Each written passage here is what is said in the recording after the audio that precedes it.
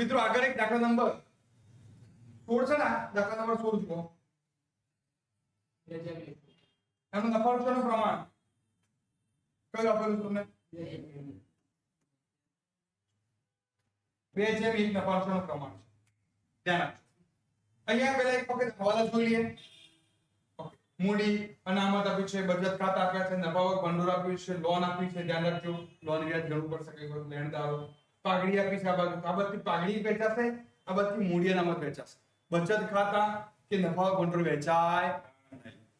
પહેલો નવું પ્રમાણ આપ્યું છે એટલે તમારે ત્યાગ શોધવો પડશે. જૂનું માઈનસ નવું. 80 ની મૂડી 40,000 રોકડમાં લાવે છે એટલે એની અસર આપવી પડશે. રોકડ ખાતે ઉધાર અને 80 ના મૂડી ખાતે જમા બાજુ. લોન ઉપર 1 વર્ષનું વ્યાજ ચૂકવવાનું બાકી છે એટલે 35,000 ના 10% 3500 ચૂકવવાનું બાકી. લોન વ્યાજ મૂડી દેવા બાજુ અને પુનઃમૂલ્યાંકન ખાતાની ઉધાર બાજુ. પાછવીના અંગત ખર્ચના ચૂકવે 5600 નફા નુકસાન ખાતે ઉધાર. ભાઈ પાછવીના અંગત ખર્ચના હોય તો પાછવી ખાતે ઉધાર થાય. નફા નુકસાન ખાતે ઉધાર ન થાય તો એને શું કરી દેવાના? જમા. ખોટા ઉધાર થાય ને વખતે નફા નુકસાન ખાતામાં, હવે શું કરી દેવાના? જમા. અને પાછવી ખાતે ઉધાર દેવાના. પુનર્ગઠન ખર્ચના 8,400 અંધેરી ચૂકવ્યા છે તો અંધેરી ચૂકવ્યા તો અંધેરીને આપી દો, એના ખાતે જમા કરી દો. અને ચૂકવ્યા એટલે પુનર્ગઠન ખર્ચ થયું, પુનર્ગઠન ખર્ચ ખાતે ઉધાર. પાઘડીનું મૂલ્યાંકન 90,000 કરવામાં આવ્યું. એમાં નવો ભાગીદાર કોણ છે? 80 નો ભાગ આપેલો છે. કેટલો છે મિત્રો? 2. ટોટલ 3 + 4 7 + 2 9. 90,000 ગુણ્યા 2/9 કરવું પડશે. કેટલા આવશે? 20,000. કેટલા આવશે? 20,000. તો ધ્યાન 80 ને મૂડીને પાયા તરીકે રાખી પાછવી અને અંધેરી મૂડી નવી પેઢીમાં નવા નફા નુકસાનના પ્રમાણ રાખશે. એની ગણતરી હું પાછળ નવા સ્લાઇડ પર કરાવું છું. ચલો અહીંયા ધ્યાન આપો. આપણે પહેલો નિયમ દાખલાની શરૂઆત કરી દઈએ. સૌથી પહેલા મૂડી ક્યાં જશે? મૂડી ખાતાનો જવાબ જ લખી દો. બાકી આગળ આવે કેટલી છે? 91,000 અને 84,000. સાથે સાથે રોકડ બેંક લખી દો. કઈ રોકડ બેંક 54,000 આગળ લાવ્યા. કેટલી છે? 56,000.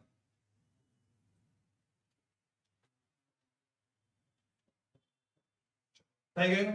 મૂડી અનામત વેચી દો 2:1 ના પ્રમાણમાં. ક્યાં વેચાશે અનામત?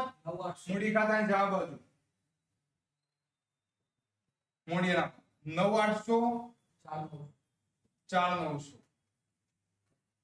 બીજું કઈ વેચવા જેવું છે? ના. તમે પાઘડી છે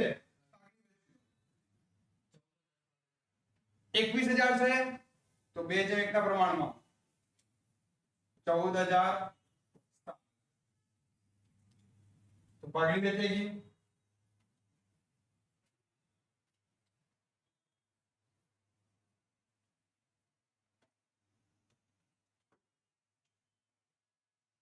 હવે આગળ પાઘડી થઈ ગઈ. હવાલા જોઈ લો. કામદાર બચત ખાતા ન વેચાય, નફાવક ભંડોળ ન વેચાય. વેચાવા તો કાઢી નાખજો. એ દેવું કહેવાય. થઈ ગયું. હવે હવાલા. હવાલાની અંદર બીજો હવાલો 80 મૂડી તરીકે 40,000 રોકડમાં લાવશે. તો 80 લાવે છે તો 80 ના ખાતાની જમા બાજુ રોકડ લાવે છે.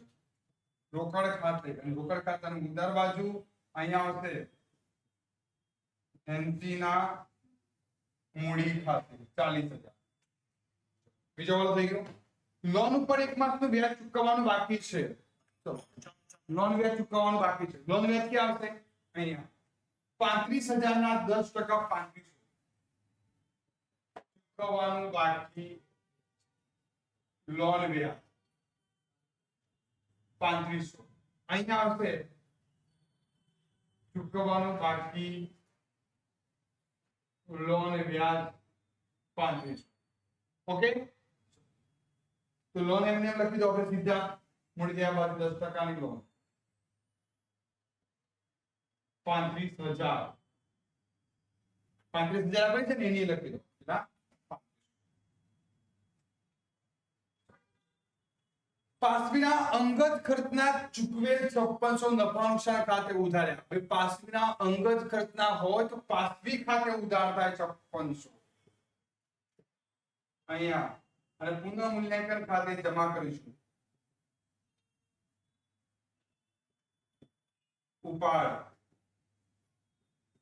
ઉપાડ ખાતે અહીંયા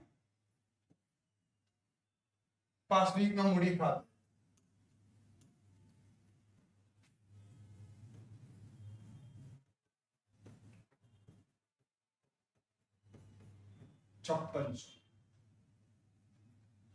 પુનર્ગઠન ખર્ચના 8400 અનેરી ચૂકવ્યા હતા. તો અનેરી ખાતાની જમા બાજુ અનેરી આપનાર છે આપી દો. પુનઃ મૂલ્યાંકન ખાતે અહીંયા 8400 અનેરીના મૂડી ખાતે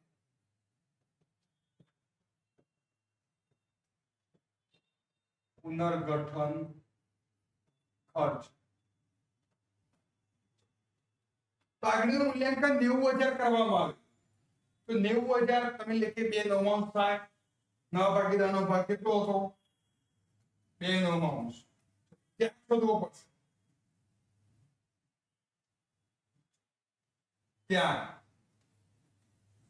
ત્યાં બરાબર જૂનું પ્રમાણ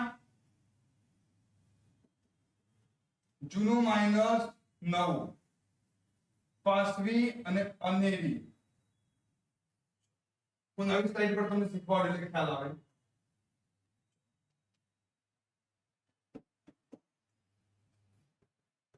ત્યાગ બરાબર જૂનું પ્રમાણ માઈનસ 9 પ્રમાણ પાસવી અને અનેરી. જૂનું પ્રમાણ 2:1 છે. 2/3 1/3. 9 પ્રમાણ 3/4/2 છે.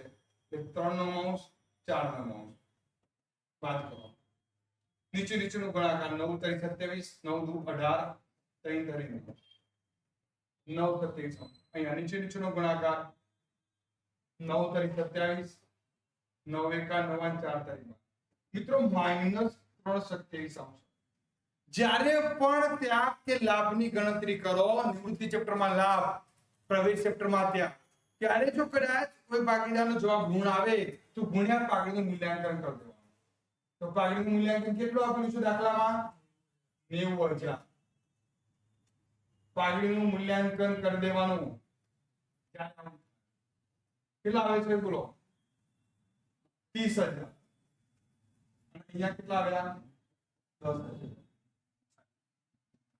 તો આવું થાય ત્યારે તમારે આ નવા ભાગીદાર રોકડમાં લાવે છે કયું છે ભાગીની પેટની રકમ નથી કર્યું તો એના ખાતે ઉધાર દો 20000 અને પેલા અનેરીના 10000 ઋણ આવે છે તો અને ટોટલ 30000 પાસબીના ઉધાર દો. પાસબીના અહીંયા આવે ને આપણે 30000 જુઓ અહીંયા ધ્યાન આપજો. પાસબીના કેટલા આવ્યા? 30000. અનેરીના કેટલા આવ્યા? 10000. પણ એનો જવાબ કેવો આવ્યો છે? ઋણ. તો એને શું કર્યું કહેવાય? લાભ કર્યો છે. તો લાભ અને આ ત્યાગ. તો દાખલાની અંદર જેટલો ત્યાગ એટલો જ લાભ. 30000 ત્યાગ તો જુઓ આ 10000 લાભ અને પેલો નવો ભાગીદાર એન્ટર થાય છે 20000 લાભ લે છે. ટોટલ 30 થઈ ગયા. 30 અહીંયા જેના ખાતામાં રકમ ના લખી એનું નામ લખી દેવાનું. અનેરી અને હેન્સીના મૂડી ખાતું.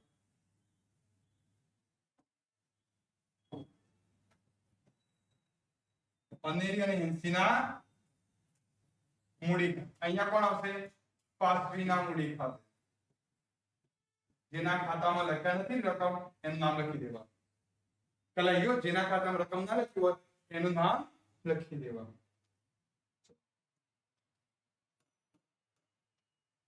તો પાગડીનું મૂલ્યાંકન થઈ ગયું. નવ પ્રમાણની ચર્ચા થઈ ગઈ. હવે પાસવીની મૂડીને પાયા તરીકે રાખવી. તો પાસવીની મૂડી કેટલી છે મિત્રો? 40000. તો અહીંયા ધ્યાન આપો. નફા નુકસાન પ્રમાણ 3/4/2. નફા નુકસાન પ્રમાણ 3/4/2. ટોટલ કેટલા થાય? 9. 40000 મૂડી 9 કેટલા? તો 40000 ગુણ્યા 9 ભાગ્યા 2 કરો. આ 1,80,000 નવા નફા નુકસાન પ્રમાણમાં કયું છે ને, ફેન્સીને મૂડીને પાયા તરીકે રાખવી, પાછવી અને અનેરની મૂડી નવી પેઢીમાં નવા નફા નુકસાન પ્રમાણમાં રાખવી અને જરૂરી હવાલા ચાલુ ખાતે આપવા.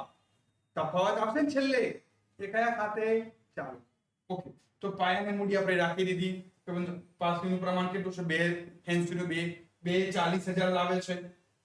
કયા તમે 2 કેટલા લાવે છે? 40,000 રોકડ લાવે છે. તો ટોટલ કેટલા થાય? 3 + 4 + 2 9 થાય ને. તો 2,40,000 9 કેટલા? 1,80,000.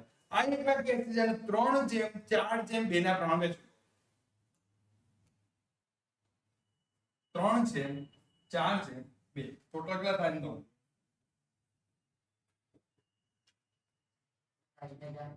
પહેલા કેટલા આવ્યા? 60,000. 80,000 ને 40. 60, 80, 40 અહીંયા આવશે. બાકી આગળ લઈ ગયા જે 1,80,000 હતા એ 3:4:2 ના પ્રમાણે વેચતા 60, 80 અને 40. એની મૂડી પાયા તરીકે રહી ગઈ. 40 લાવતો તો 40 રહી ગઈ. તફાવતની રકમ કયા ખાતે આપવાની કહી છે? ચાલુ ખાતે. ઓકે, તો સંપૂર્ણ હવાલા પૂરા થઈ ગયા. હવે ખાતું બંધ કરો. ખાતા બંધ કર્યા પછી પહેલું પુનઃમૂલ્ય ખાતું બંધ કરો, પછી મૂડી ખાતા બંધ કરો અને એમાં જે ખૂટે એ રકમ, તફાવતની રકમ ચાલુ ખાતે આપવાની. પછી રોકડ ખાતું બંધ કરીશું. પછી ભાગો સરવાળો. તો જોઈ લો ફટાફટ. આ બાજુનો સરવાળો વધારે થાય છે. બોલો સરવાળો કેટલો થાય છે? 11,900. 11,900 માં 5300 વાત કરો. 6300 વેચો 2 જેમ 1 ના પ્રમાણમાં. 4 પાછવી અનેરી 42 હા 4 વસ્તુ એ અહીંયા આવશે. પુનઃ મૂલ્યાંકન ખાતું 4221. હવે આ ખાતા બંધ કરો. આ બાજુનો સરવાળો 60,000. 60 માંથી 40 ગયા 20,000 આવે ચાલુ ખાતે. કયા ખાતે? ચાલુ. આ ચાલુ ખાતે આપણે પેલી બાજુ લખીશું. પછી અનેરીનો સરવાળો કરો છો અને જવાબ પણ ચેક કરતા રહેજો પાઠ્યપુસ્તકમાં. અનેરીનો સરવાળો કરો. અનેરીનો સરવાળો કરો. કેટલો થાય છે? 84,000 વત્તા 4,900 વત્તા 8,400. જ્યારે આ બાજુનો સરવાળો વધારે થાય છે. પેલી બાજુ કેટલો થયો? 57,300. યાદ અને આ બાજુનો સરવાળો કરો. 80, 10, 90, 97, 98, 99 આ બાજુનો થાય છે. 99 માંથી પેલા બાદ કરો. 57,300 બાદ કરો. 99 માંથી 57,300 બાદ કરો. 18 જવાબ ચેક કરો. આવે છે ચાલુ ખાતે 1800 ચાલુ ખાતે આવે છે. નામ છે અનેરી. હવે આ બધું સરવાળો વધારે થશે. 91,000 વત્તા 9,800 વત્તા 30,000 1,30,800. એમાંથી બે બાદ 1,30,800.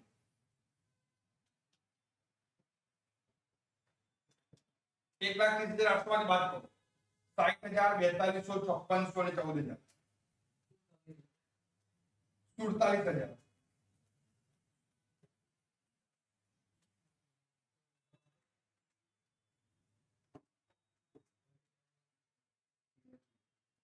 ચાલુ ખાતે જવાબ ચેક કરો. તફાવત આ ખાતા બંધ કરો. 96,000 96,000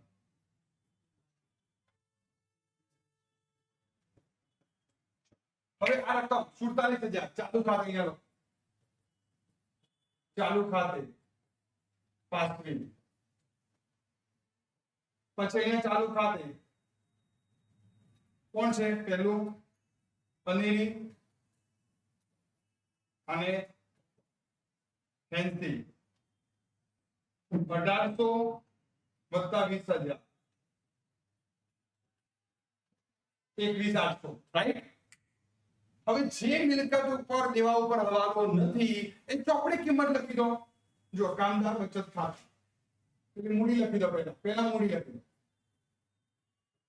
પાછવી અનેરી હેન્સી 60,000 80,000 40,000 1,80,000 મૂડી વેચેલી. કામદાર બચત ખાતું.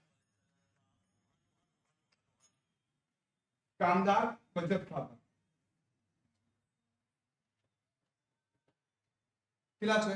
7,000. કારીગર નફા ભાગ ભંડોળ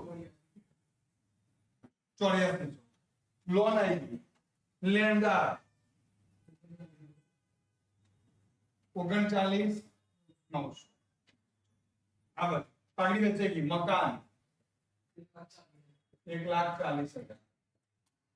ફર્નિચર 28,000. પછી સ્ટોક 18,000. સરવાળો કોણ કરતા હશે? દેવાદાર કેટલા છે? 16,800.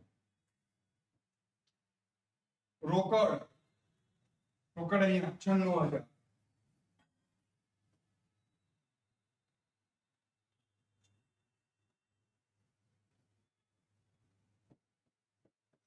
થઈ ગયું? પૂરું?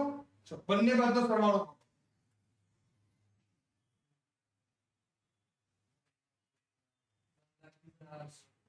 3 લાખ મિલકત એના પર કેટલો થાય છે? જવાબ ચેક કરો. 3,20,800.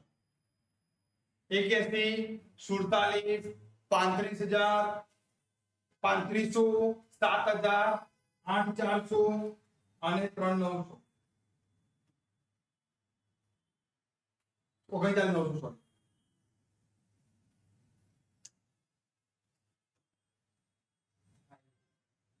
કેટલા આવ્યા? ઓકે.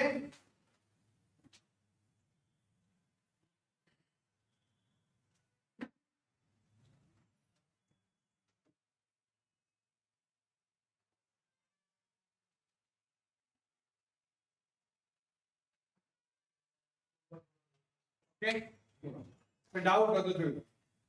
આવડી ગયું? ખબર પડી ગઈ ને દાખલામાં?